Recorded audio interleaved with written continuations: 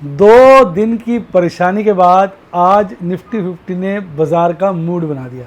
आज यही गाना गाना पड़ेगा, ले चल मेरे निफ्टी 50, ले चल मुझे नए लेवल पर, प्रॉफिट ही प्रॉफिट हो जहाँ, मस्ती से मुनाफे काटे हम तुम। तो भैया आज जो है निफ्टी 50 ने दिल खुश कर दिया। भैया देखो, जीवन में खुश हो या दुख हो, आदमी को गाते रहना चाहिए। खुशी में खुशी से गाना चाहिए, गम में गम को भुलाने के लिए गाना चाहिए। तो जीवन में कभी गम नहीं रहता, भगवान की कृपा बनी रहती है और आप अल्टीमेटली प्रॉफिट में आ जाते हैं। तो मेरा तो मूल मंत्र यही है। तो आज सारी चिंताएं दूर हो गई हैं। इसकी चर्चा मैंने डिटेल में कैंडल को समझाया है, आप देखिएगा आज। तो अब आपको क्या लग रहा है, बजट से पहले 25 आएगा कि नहीं आएगा? डार्लिंग लिख दीजिए कमेंट, क्योंकि मैं सारे कमेंट पढ़ता हूँ।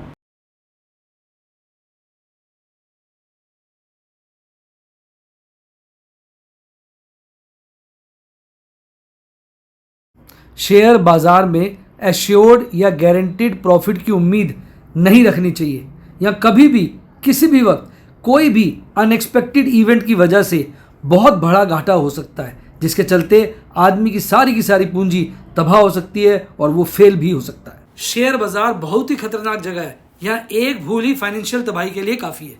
मैं केवल एजुकेशनल वीडियोस ही बनाता हूँ, मैं कोई बाय सेल रिकमेंडेशन नहीं देता हूँ। चर्चा किए गए स्टॉक उदाहरण के लिए हैं और खरीदने या बेचने की कोई रिकमेंडेशन नहीं है। मेरा यह मानना है कि शेयर बाजार में निवेश किसी के कहने पर नहीं करना चाहिए, बल्कि अपने रिस्क एपेटाइट और जानकारी के हिसाब से करना चाहिए। सदा याद रखें, जिसने ली टिप उसकी हुई डिप। शेयर बाजार में निवेश जोखिमों के अधीन है। निवेश करने से पहले सभी संबंधित दस्तावेजों को ध्यान से पढ़ें। हाय गाइस, आपका स्वागत है आपके अपने show MKJ talks for investment इन हिंदी में।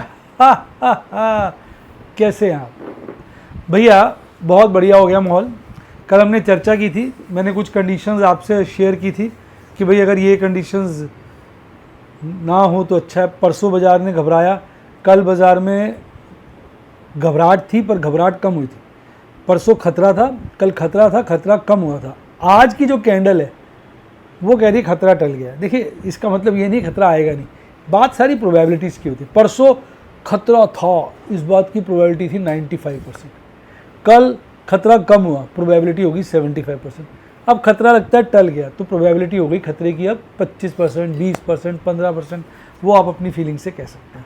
खतरा तो शेयर बाज़ार में तो कहते हैं ना कि ये तो खतरों का सड़क का है, खतरों की सड़क है। खतरे तो यहाँ कभी जाते ही नहीं है। देखो, मैं आपको समझाता हूँ कैसे। देखो, ये कैंडल थी परसों की, ये इसकी क्लोजिंग थी, ये इसकी लो था। मैंने कहा था भाई लो तक रहे, वो अच्छा हो गया, लो तक रहा। और जो क्लोजिंग है वो लो से पिछली क्लोजिंग से ऊपर है, पर कल की क्लोजिंग ना पिछली क्लोजिंग से नीचे थी। तो खतरा थोड़ा कम हुआ था पर ज़्यादा कम नहीं हुआ था। आज देखिए आप, आज लो जो है कल की क्लोजिंग से ऊपर है, राइट। और आज की क्लोजिंग तो बहुत ऊपर है, ऑल टाइम हाई है। और बाजार ने नया ऑल टाइम हाई लगभग 25,600 का, 690-92 का बनाया है। मोटा 25,000, 24,500, 26,000 24,600 के आसपास का लगा दिया और 24,500 के ऊपर की क्लोजिंग दी है। यानी लाइफ टाइम हाई क्लोजिंग है, लाइफ टाइम हाई भी आज क्रिएट हुआ है। तो दो आज रिकॉर्ड्स हमारे निफ्टी 50 ने क्रिएट किए हैं। तो ये जो हल्का सा ऐसा आया था ढलान सी, तो अब ये समझो वो बस खतरा चल गया। अभी भी लार्जर ट्रेंड जो है अपवर्ड है। यहाँ एक देखिए ना, पोजीशन ख़राब हुई थी, सब खतरे अब कट गए हैं। अभी फॉर द टाइम बिंग आप कह सकते हो। बस ये है कि देखिए, मैं आपसे कह रहा था लगभग बेरिश क्रॉसओवर जो है बन सकता है, बुलिश क्रॉसओवर ख़त्म हो गया। आज हरा बन गया है हिस्टोग्राम हल्का सा, तो यानी जस्ट टर्न ले लिया है। यानी बेरिश क्रॉसओवर बनते बनते आज रुक गया। RSI भी वापस 70 के पार आ गया, यानी कहीं ना कहीं बाजार ओवरबॉट जोन के अंदर एंटर कर गया। तो यानी इस वक्त बाज़ार में वापस गर्माहट लौट आई है। कोई बाज़ार में इस वक्त ऐसा कोई इंडिकेटर नहीं है जो बाज़ार में कमज़ोरी को दर्शाता हो, पर कमज़ोरी कभी भी आ सकती है, उसकी प्रोबेबिलिटी ज़ीरो नहीं होती है, कम हो जाती है, अब 10, 15, 20% है, यानी ब्रॉड ट्रेंड ऊपर है। कई बार बच्चे कहते हैं सर आप कैसे, ज़्यादातर लॉस तो आप भी करते हो पर आपके प्रॉफिट ज़्यादा होते हैं, लॉस एडजस्ट होकर नेट प्रॉफिट अच्छा हो जाता है, ऐसा क्यों हो जाता है? बेटा मैंने दो बातें लेके चलता हूँ। एक होता है ब्रॉड ट्रेंड। ब्रॉड ट्रेंड देखो इस वक्त मुझे लगता है अप है बाजार का, कोई ब्रॉड ट्रेंड में मुझे डाउन नज़र नहीं आ रहा।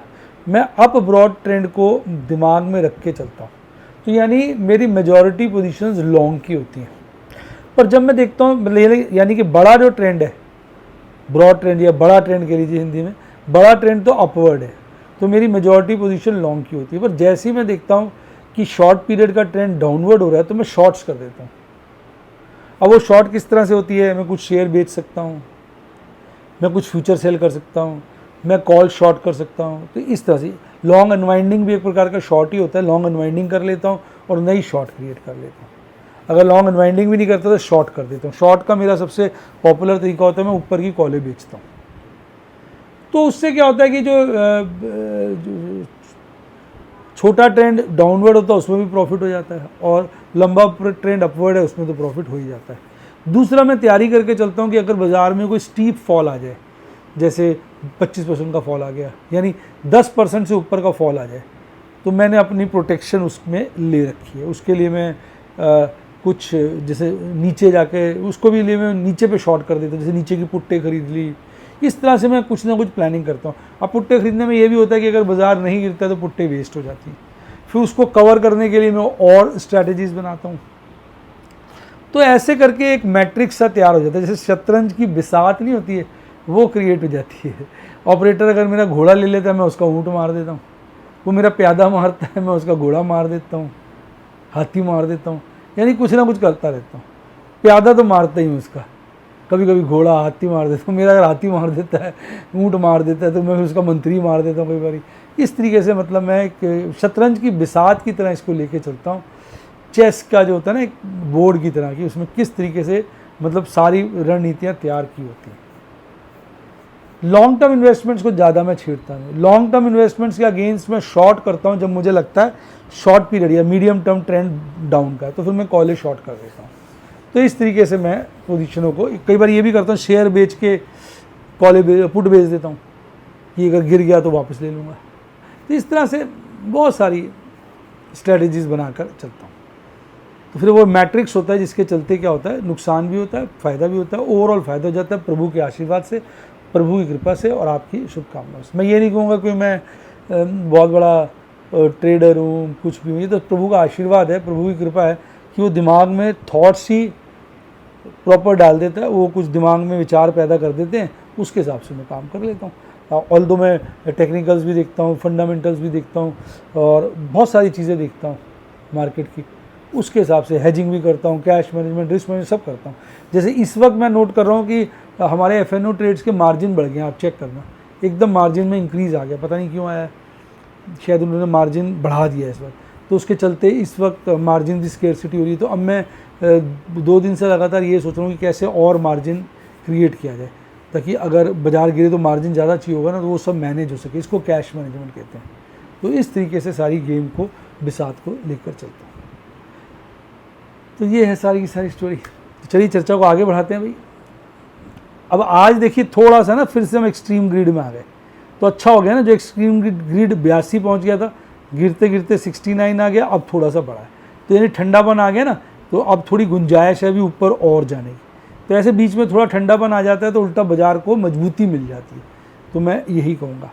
और ये देखिए और गिर गया ये हमारा यूएस डॉलर इंडेक्स, तो अच्छी बात है, काफ़ी यूएस डॉलर इंडेक्स गिरा है तो ये तो बहुत अच्छी बात है। क्रूड महंगा हो गया, गलत बात है, रुपया महंगा है, गलत बात है, और 10 ईयर ट्रेजरी यील्ड बढ़ी है, ये भी थोड़ा सा नेगेटिव है। तो मिले जुले संकेत हैं, ओवरऑल आज इतने बढ़िया संकेत नहीं है, पर आज एफआईज की खरीदारी के बड़े अच्छे संकेत हैं। देखिए नेट परचेज कैश सेगमेंट में कितनी ज़्यादा की है, इंडेक्स में भी की है, स्टॉक फ्यूचर में बहुत ज़्यादा की, कुल मिला के 1200 करोड़ के आसपास की नेट खरीदारी कर डाली।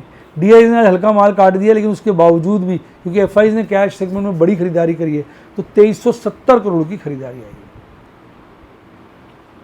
तो ये सारी बातें हैं। अब आप आ जाइए, अब एफआईज की इंडेक्स लॉन्ग थोड़ी बढ़ी गई है और स्टॉक लॉन्ग भी थोड़ी बढ़ गई है। इंडेक्स लॉन्ग थोड़ी हायर साइड पे है, स्टॉक लॉन्ग भी हायर साइड पे तो है, नॉर्मली 60 में तो मैंने कभी देखा नहीं ये जाती है, पर फिर भी ठीक है, क्या कहें। आज दो इंडेक्स जो हैं गिरकर बंद हुए, एक आपका निफ्टी 50, निफ्टी नेक्स्ट 50 सॉरी, और एक आपका निफ्टी मिड कैप 50। थोड़ा सा ना 2-3 से इंडिया विक्स डाउन हो रहा है, तो ये भी एक तरीके से दिखा रहा है कि बाजार में स्टेबिलिटी आ गई है। और आज सबसे ज़्यादा तेज़ी अगर आप देखेंगे तो वो लार्ज कैप में थी, जिसके चलते निफ्टी 50 सबसे ज़्यादा तेज़ भागा है। निफ्टी बैंक जस्ट म्यूटेड रहा है, और इसके अलावा आप देखेंगे निफ्टी 100 बड़ा अच्छा भागा है, निफ्टी 200 अच्छा भागा है, तो निफ्टी स्मॉल कैप 50 भी अच्छा भागा है। तो ये मतलब आज की पूरी गेम प्लान था। आज एडवांस डिक्लाइन रेशियो फेवरेबल में नहीं था, इसलिए देखोगे पोर्टफोलियो में बड़ी ज़्यादा जंप नहीं थी। आज एडवांस 923 थे, तो डिक्लाइन जो थे वो 1413 थे। आज टेक के शेयर भाग रहे थे, जैसे कोफॉर्ज, टीसीएस। आज आउट ऑफ ब्लू मन्नापुरम भी बहुत भागा है, टॉप 4 में आ गया, और बिरला सॉफ्ट में भी गजब की तेज़ी देखने को मिली है। गिरने वालों में power finance, Vodafone Idea, AB India, IOC. Vodafone Idea लोगों को अच्छा लगता था, लगातार गिर रहा है। इसमें मेरी काफ़ी सारी जो हैं लॉन्ग हो गई हैं, तो वो थोड़ा सा परेशानी क्रिएट कर रही हैं। आज निफ्टी 50 के 34 शेयर बढ़े हुए थे, 16 शेयर गिरे हुए थे, तो एडवांस डिक्लाइन निफ्टी 50 का गजब का था। 24,315 शेयर बढ़े पे बंद हुआ था बाजार। आज 24,387 पर खुलता है।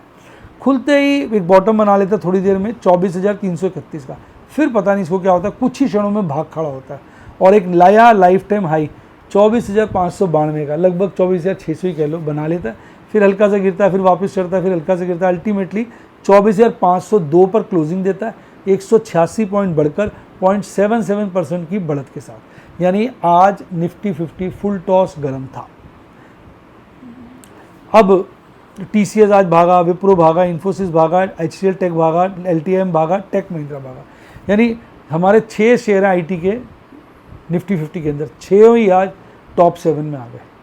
वो इसलिए आए कि टीसीएस के नतीजे बहुत अच्छे आए, गाइडेंस बड़ी अच्छी आई है, जिसके चलते इस वक्त हम आईटी सेक्टर में बड़े बुलिश हो गए। फिर श्रीराम फाइनेंस में भी आज तेज़ी देखने को मिली।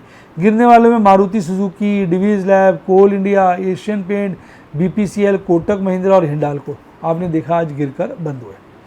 अब इसकी कैंडल्स की तो हमने बात कर ली है, अब इस पे आ जाते हैं। भाई जैसे बाजार चढ़ा तो 24,502 पे पहुंचा, तो 24,500 पे देखेंगे कॉल का ओपन इंटरेस्ट बढ़ा, पुट का बहुत ज़्यादा बढ़ा है, यानी पुट राइटर्स में बड़ा जोश आ गया। मैक्सिमम पेन भी जो 24,300 पे था, आज 24,400 पे आ गया। सेकंड हाईएस्ट जो है 24,500 पे आ गया। तो ये सारे इशारे जो कर रहे हैं वो तेज़ी की तरफ कर रहे हैं। मंथली वाला वहीं चल रहा है, 23,500 पे पुट का ओपन इंटरेस्ट हाईएस्ट है, हालांकि वो घटा है, और 24,000 पे वो बढ़ गया है, 24,500 भी बढ़ गया, यानी ऊपर के लेवल पे जाकर लोग पुट्टे लिख रहे हैं, यानी बाजार में तेज़ी है। 25,000 पे कॉल राइटर्स हाईएस्ट लेवल पे बैठे हुए हैं, मैक्सिमम पेन अभी भी 23,500 का बना हुआ है। अब अगर आप देखिए पीसीआर बड़ा रीजनेबल है 1.05, यानी जो मजबूती बाजार में भी आई है वो आगे 2-3 दिन कंफर्टेबली चल सकती है। मैं आपको बता दूं 2 हफ्ते बीत गए हैं, एक दिन आज का ही बीत गया। 2 हफ्ते बचे थे, यानी 10 सेशन बचे थे, एक दिन आज का बीत गया, 9 सेशन बचे, एक वेडनेसडे की छुट्टी है, तो अब 8 सेशन ही बचे हैं। तो बहुत छोटा सा पीरियड रह गया इस मंथ की एक्सपायरी का। अच्छा, अब इसमें 7 शेयर बढ़े हुए थे, निफ्टी बैंक में 5 गिरे हुए थे। 52,270 पे बंद हुआ था, 52,272 पे खुला शुरू में, और लास्ट में बॉटम बनाया 52,171 के आसपास का। बीच में जैसे निफ्टी 50 चढ़ा था, ये भी चढ़ा था, और पीक बनाया था 52,794 का, पर वो स्टीम इसने लूज कर दी आखिर तक जाते जाते, तो 52,278 पे बंद हुआ। कल के मुकाबले 8 पॉइंट बढ़कर फ्लैट ही हो गए, ये लगभग बंद हो गया। भाग रहा था एयू स्मॉल फाइनेंस जो काफ़ी पीछे गिरा था, axis bank, federal, SBI, IndusInd bank और आईडीएफसी फर्स्ट। और गिरने वालों में बैंक ऑफ बड़ौदा, बंधन, पीएनबी, कोटक और आईसीआईसीआई बैंक शामिल थे। एचडीएफसी बैंक ऑलमोस्ट फ्लैट था। तो अभी तो इसका थोड़ा सा वीकनेस ही कंटिन्यू कर रही है। आप देखिए अभी वीकनेस ही कंटिन्यू। आज की कैंडल डेफिनेटली थोड़ी सी फ़र्क बनी है, हल्की सी थोड़ा फ़र्क है आज की कैंडल में। आरएसआई भी अभी थोड़ा सा ठीक ही है, और बेयरिश क्रॉसओवर मजबूत हो रहा है। तो यानी निफ्टी बैंक जो है अभी थोड़ा सा खतरे के दायरे के अंदर ही चल रहा है। अब इसको भी देखेंगे आप, 52,278 पे बाजार बंद हुआ, तो 52,000 पे देखिए कॉल रेटिंग बहुत कम है, पुट रेटिंग ज़्यादा है। 52,500 पे देखिए कॉल रेटिंग हाईएस्ट है, पुट रेटिंग कम है। मैक्सिमम पेन भी 52,500 पे है। तो अभी इसमें कमज़ोरी है ऐसा प्रतीत होता है, पर थोड़ा सा ये भी सुधार की तरफ ही बढ़ रहा है। इसका पुट कॉल रेशियो आज और कम हो गया, यानी काफ़ी गुंजाइश है। अब इसके ना 2 दिन बचे हैं एक्सपायरी को, क्योंकि वेडनेसडे की छुट्टी है तो इसकी एक्सपायरी अब ट्यूसडे को होगी। वेडनेसडे की छुट्टी है ना, एक्सपायरी ट्यूसडे को होगी, 16 तारीख। 2 दिन ही बचे हैं इसके। और मंथली वाला फिर भी इसका रीजनेबली गुड है। प्रभु के आशीर्वाद से, प्रभु की कृपा से आज जो है 2.25 लाख के आसपास, 2.10 के आसपास का मुनाफा बुक किया है। हालांकि अकाउंटिंग में ज़्यादा ही आएगा, क्योंकि वो रिलायंस का एक नया फ्यूचर खरीद लिया था ना, अभी तो हमने एवरेज बेसिस पे प्रॉफिट कैलकुलेट किया था। तो प्रभु के आशीर्वाद से, प्रभु की कृपा से, आपकी शुभकामनाओं से अच्छा वक्त आज भी निकल गया। एक फ्यूचर कॉल स्ट्रैटेजी बनाई, 4 ऑप्शन स्क्वायर ऑफ किए, 2 फ्यूचर स्क्वायर ऑफ किए, 3 एग्रेसिव पुट बेची, 2 निफ्टी में पोजीशन बनाई, 8 पुट सेफ पुट बेची, 1 सेफ कॉल बेची, 3 बार नई कैश सेगमेंट में खरीदारी करी। गुजरात गैस की 1 पुट को स्क्वायर ऑफ किया, अच्छा मुनाफा हुआ। आरती इंडस्ट्रीज़ की एक कॉल को और फ्यूचर दोनों स्क्वायर ऑफ किए, तो क्या हुआ, कॉल में नुकसान हुआ है, फ्यूचर में बड़ा प्रॉफिट हुआ है। तो इसको अगर आप सेट ऑफ कर लेंगे, देखिए लॉस मुझे भी होता है, पर मेरी पोजीशन इस तरह से बनी होती है कि लॉस प्रॉफिट से सेट ऑफ हो जाता है ज़्यादातर केसेस में। कभी कभी ओवरऑल लॉस भी आ जाता है। वोल्टास की मैंने 3 लॉट थे, एक साथ स्क्वायर ऑफ कर दिए, एक अच्छा बड़ा मुनाफा हो गया। फिर रिलायंस की देखेंगे आप, मैंने फ्यूचर भी स्क्वायर ऑफ किया और कॉल भी स्क्वायर ऑफ की। इसके कॉल में नुकसान हुआ इतना, ये मेरे पास 5 कॉलें थी, 3 स्क्वायर ऑफ की, तो इसका कॉल का नुकसान होगा 3/5, और फ्यूचर मेरे पास 4 थे, मैंने 3 स्क्वायर ऑफ कर दिए, तो फ्यूचर का प्रॉफिट होगा 3/4। इसको नेट करने से प्रॉफिट आ जाता है। इसमें भी वही बात है, बड़ा नुकसान हुआ कॉल में, लेकिन उससे बहुत ज़्यादा बड़ा प्रॉफिट हुआ फ्यूचर में। कुल मिला के 95 के आसपास का इसमें भी प्रॉफिट हो गया। तो ऐसा नहीं है मुझे नुकसान नहीं होता है, मेरे नुकसान होते हैं, पर मैं ट्रेड ऐसे लेके चलता हूँ कि अल्टीमेटली प्रॉफिट में होते हैं, और कई बार ओवरऑल नेट लॉस भी आ जाता है। कभी कभी ऐसा भी होता है, ऐसा नहीं है कि सदा होगा। वो नॉर्मली एक्सपायरी पे ही होता है, क्योंकि एक्सपायरी में तो कंपलसरी रोल ओवर्स या स्क्वायर ऑफ्स करने पड़ते हैं ना, तो उस दिन फिर इस तरह के नुकसान सामने नज़र आते हैं अगर बाज़ार एक्सपायरी पे काफ़ी ढीला पड़ जाए। तो भैया मैं तो सीधी सी बात कहता हूँ, शेयर बाज़ार खतरे की जगह है, इसमें लर्निंग फर्स्ट है, अर्निंग लेटर है। जो अर्निंग फर्स्ट करने की बात करते हैं उन्हें नुकसान हो जाता है, और सीखते वक्त आपको सीखना चाहिए, ट्रेड नहीं करने चाहिए। और जब आप एक्सपर्ट हो जाएं तो अपने रिस्क एपेटाइट से ट्रेड करें। मैं किसी को कभी बाय सेल रिकमेंडेशन नहीं देता हूँ, कोई पूछ भी लेता तो कहता हूँ भैया अपने रिस्क एपेटाइट के हिसाब से ट्रेड करिए। मैं प्योर एजुकेशन वीडियोस देता हूँ, डेमोज देता हूँ, जिससे मैं सिनॉप्सिस देता हूँ, जिससे मैं आपको इन सब बातों को समझाने की कोशिश करता हूँ कि कैसे मैं अपनी पोजीशनों को कवर करता हूँ, कैसे कैश मैनेजमेंट करता हूँ, कैसे रिस्क मैनेजमेंट करता हूँ।